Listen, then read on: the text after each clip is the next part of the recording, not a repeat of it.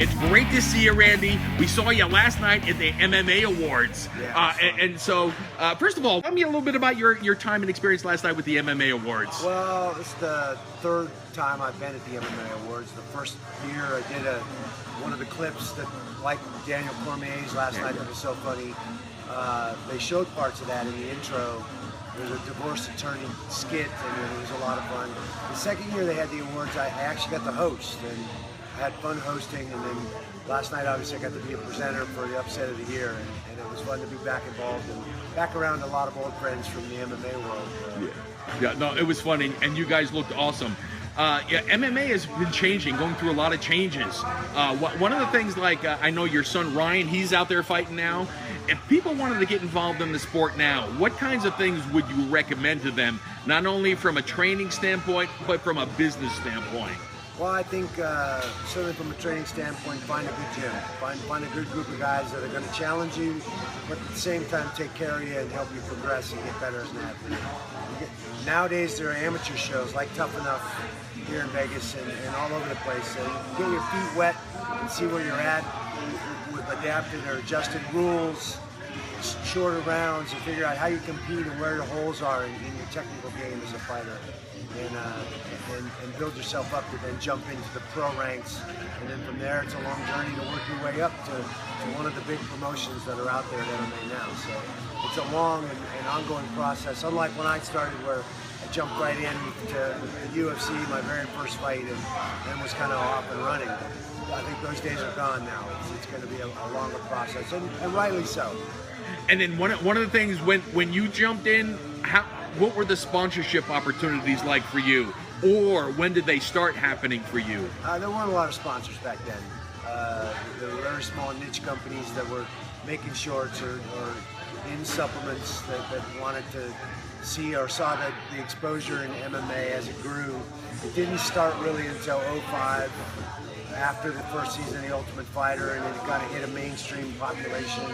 The bigger endorsements and better endorsements started happening for the fighters, and unfortunately at that time the biggest promotion was the UFC, and they wanted their piece, so they started kind of making it difficult for those smaller niche companies that had been there all along to continue to do business in the MMA space, at least with the UFC promotion. It was still available in some of the other promotions, and is to this day still available in some of the other promotions. Do you have thoughts? Do you think it's a good thing that the Reebok deal is happening for UFC for most fighters, or still jury's out on that? I don't think it's necessarily a good thing. I think it's, I understand what their goal is. They want to be looked at like the NFL is to football. It's difficult for the fighters to, especially the mid and low tier fighters who don't maybe have the name yet, to drive sales for a packet with Reebok or a walkout shirt with Reebok. But they can establish and build relationships in some of these smaller companies that are willing to sponsor them and get behind them and develop with them as they grow into a top tier fighter. It eliminates that revenue from them, and they're the ones that need the revenue the most, frankly. So, it is an issue, but it is what it is. The UFC's the UFC. They've been the strongest promotion and synonymous with the sport for a long time. I don't see them going anywhere. We'll see how it shakes out. Yeah, right on. And you know what? One of the other things, I started covering the MMA fights in roughly 2009, 2010, the amateurs, and I've seen the whole bar rise. I mean, you must have seen massive changes. So, I mean, so what kind of, would you agree the whole bar has risen pertaining to even the amateur fighters till today? Bar in what I'm meaning just better fighters, just training. They're training harder. I mean, it's natural. People, it goes through phases. Jiu-jitsu was the big thing back then. Nobody really understood the ground game or the jiu-jitsu game. Wrestling is kind of the inversion of that, so there was a conflict between those two styles. People became adept at jiu-jitsu, learned the guard, learned the submission holds. It became harder and harder to effectively get guys out of position and win that way. Guys got better at sprawling, better at keeping fights on their feet, and then striking came back to the forefront. Now we're seeing a lot of dynamics in both the ground and the striking realm in this kind of third generation of fighters. So the level of athleticism and athletes that are fighting now in mixed martial arts is top notch. Awesome. And now you're kind of entering another phase of your life. You got some movies happening. We've been big fans of that.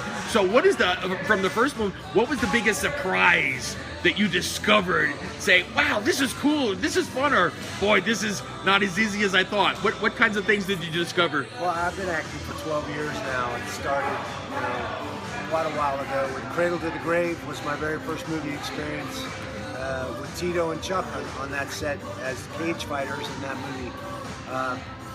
It's been an amazing journey, learning more and more about the industry all the time, trying to get on the producing side of things now and create some content for myself and be involved in that side, on the back side of the camera. Eventually I'd like to find my way into trying to direct and direct some projects, but still having fun, relating to characters, finding a way to tell the truth and portraying a character. And the fun thing is you get to do and say a lot of things you would never say in real life, so it's been fun. Right now, we've got a new episode of Hawaii Five-0 coming out on February 20th. We are producing a movie, a comedy called Cameron and Eddie Lose the Belt. That'll probably start shooting in March time frame. So we're kind of in the fundraising and I think I saw a post on that. Casting phase of that right now, and I think that's going to be a lot of fun. We'll just keep plugging away and see. Hopefully Expendables comes back around, and a lot of talk about 4. I think Sly's tied up with Creed right now, and I think he's got plans to do a last Rambo Last Blood, and then I think we'll probably come back around and revisit the Expendables property. So we'll see what happens. I'm having a blast making movies and enjoying that industry. It's certainly a little easier than getting punched in the face. There you go. And then, like, working with Sylvester Stallone, what is the one thing that surprised you about working with Sylvester Stallone? I think he's a very, very smart guy. He knows his audience. He's I think, been at the top of this business for 30 plus years for a reason. He's always prepared. He knows what he wants, and he gets about getting after it. I have a lot of respect for him. And then what website, what is your website, Randy? My website? Yeah. You can go to Randy the Natural Couture or ExtremeCoutureMMA.com. All right. We thank you very much for your time today. Thanks.